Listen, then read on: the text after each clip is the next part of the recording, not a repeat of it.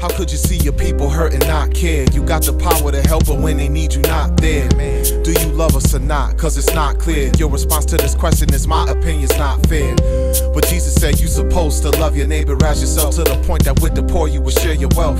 You could try, but you really can't deny, though the Messiah himself lived with and served his disciples. Greetings and welcome to The Law and the Testimony. I am your host, Brother Nashawn, and I am from the Congregation of Israel, the Knesset of Jesus. Now, we're going to be dealing again with the topic, Rastafarianism.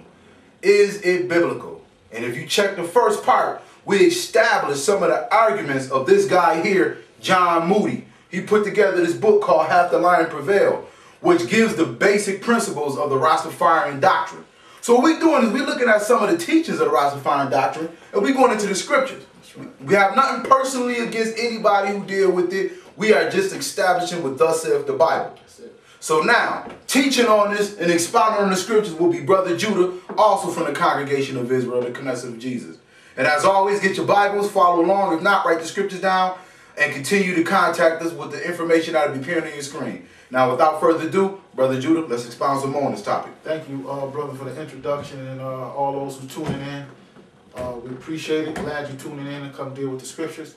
And I guess today what we want to deal with is another part of the Rastafarian doctrine that they deal with, you may see on television, is where the Ark of the Covenant is. Right. And you got these guys hanging around this tomb in Ethiopia somewhere talking about the Ark of the Covenant is over there in Ethiopia. Documentaries and everything. Now, we don't have proof on what it is, on where it is, because the Most High did whatever he had to do with it, right? But however, I got the documentation here that I'm more or less going to go by, and this is the documentation out of the Apocrypha, opposed to what these guys saying over in Ethiopia, okay? Because the one out of the Apocrypha make most sense to me, and probably other brothers too, because we deal with the studies historically of our fathers dealing out of the Apocrypha. That's right. Now, let's go into this a little bit, and I want to look into this Ark situation. Let's go to the First Kings. First Kings, because something was supposed to have happened to the Ark. Can I see that book there, my brother? Yes, sir.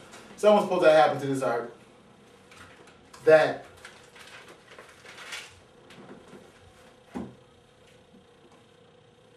it was supposed to have been stolen from Jerusalem by Menelik, Solomon's son.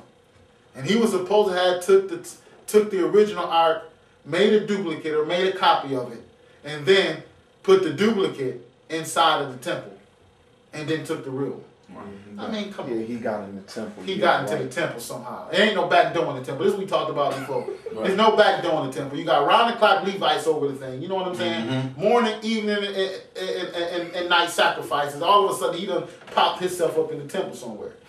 You talking about rain and foolishness. But let's look at this here and try to expound on this some more. Now, it says here, first we want to go to 1 Kings, the 8th chapter. 1 Kings chapter 8. 1 Kings chapter 8.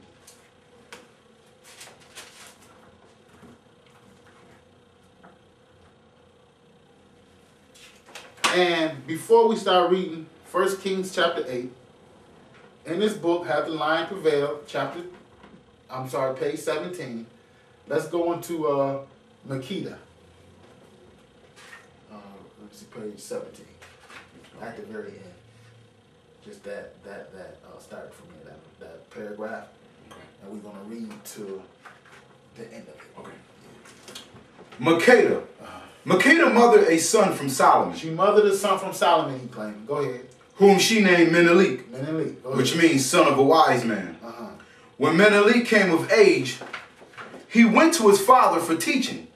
He was so fascinated by his father's wisdom in ruling his kingdom that he stole the Ark of the Covenant, which contained the 10 Commandments, and took them to Ethiopia. Menelik the first became the first Judean line of kings to rule Ethiopia. Now this is the guy who's supposed to have been a progenitor of Haile Selassie. And a lot of people don't even know. Like I got my older cousin. My older cousin, he went to medical school and things like that. And he went to school up in New York, Columbia University. And I was just, you know, it just happened to be in us learning and studying as a youth, and while he going to school, he wound up going to school with one of Haile Selassie's grandsons. Isn't that something? Or great-grandson, one of the two. But however, his grandson, Haile Selassie, he think that the Rastafarians are out their mind thinking that his grandfather is God. Now, it's something just to hear from one of his descendants. Right. Down here in New York City. Right. But however, let's get back to this. He said, Menelik stole the Ark of the Covenant. Yes, he did. After he done got all of the wisdom of Solomon, huh? He done set it in his father's wisdom, and he didn't pay attention to the commandment that said, thou shalt not steal, huh? Right. He didn't pay attention to the commandment of all of the wisdom of his fathers that only the house of Levi, the sons of Aaron, should touch that Ark of the Covenant. Right. He would have been put to death. He would have been put to death. So all his wisdom he was supposed to have got from Solomon, it looked like he just let it go out of the window then. Sure enough. Don't make sense, do it? Somebody concocting up something. Somebody lying. That's right. So it says here in 1 Kings chapter 8 and 1. Let's go and read it and see. Because if he did do it, he's just a thief. But the Levites weren't going to give him a chance to be a thief. Right. All right? They didn't say that they possessed the instruments of cruelty for nothing, did it? That's right. Now, you think he's going into the ark, though? You know what I mean, brothers? That just don't make no sense. Especially when King Uzziah had the audacity to come in and try to put some incense before the altar. And what happened? And the Lord cursed him, broke him out with boils all over his body. Come on now. And that was the king of Israel. That was the king of Israel that did. Now this guy coming from the land of Ham, and he gonna come into the ark of it. But this is what they believe. This is what people believe. Is Rastafarianism biblical? Absolutely not. That's right. Now let's go look at this here in what I say, my brother. First Kings 8:1. Yeah, let's start reading that verse 1. Then Solomon assembled all the elders of Israel, and all the heads of the tribes, and the chief of the fathers of the children of Israel, unto King Solomon in Jerusalem, that they might bring up the ark of the covenant of the Lord out of the city of David, which is Zion. Go ahead. And all the men of Israel assembled themselves unto King Solomon at the feast in the month of Ethnaim, which is the 7th month. And all the elders of Israel came, and the priests took up the ark. And Who took it up? The priests. The priests, because Solomon, his wisdom, knew he couldn't touch it. That's right. Because his father, in the day of his father, we're going to read somebody else thought they could touch the ark, Right. Uzziah. But go ahead and continue. And they brought up the ark of the Lord and the tabernacle of the congregation and all the holy vessels that were in the tabernacle. Even those did the priests and the Levites bring up.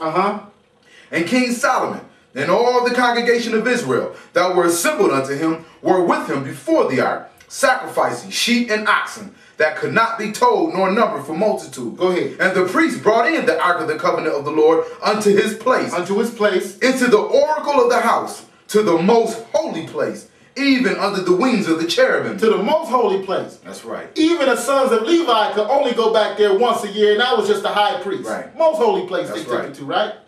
Now, let's go see something. Let's go into the book of Samuel. Before the ark was put in his place, let's see the protection that the God of Israel had over this instrument that he had Moses and them create. Now, 1 Samuel chapter 5. 1 Samuel chapter 5. It just so happened the Philistines are also descendants of Ham. Let's see what these Hamites decide that they're going to get their hands on the ark. 1 Samuel chapter 5 and 1. When you get it, go ahead, my brother. And the Philistines took the ark of God and brought it from Ebenezer unto Ashdod. Now, this is before the days of Solomon when he just had it transported, okay, into the temple. But now the Philistines took the ark. Go ahead. And when the Philistines took the ark of God, they brought it unto the house of Dagon and set it by Dagon. And when they of Ashdod arose early on the morrow, behold, Dagon was fallen upon his face to the earth before the ark of the Lord. Continue. Go ahead. And they took Dagon and set him in his place again. And when they arose early on the morrow morning, behold, Dagon was fallen upon his face to the ground before the ark of the Lord. And the head of Dagon and both the palms of his hands were cut off upon a threshold. Go ahead. Only the stump of Dagon was left to him. Go ahead and read. Therefore, neither the priests of Dagon nor any that come into Dagon's house tread on the threshold of Dagon in Ashdod unto this day. Go ahead. But the hand of the Lord was heavy upon them of Ashdod. Yes, sir. And he destroyed them and smote them with emerods, even Ashdod and the coast thereof. Why he smoked them with emerald, brother? And when the men of Ashdod saw that it was so, they said, the ark of the God of Israel shall not abide with us, for his hand is sore upon us and upon Dagon our God. So therefore, you seen these heathen. the sons of Ham decide that they're going to touch on the Ark of the Covenant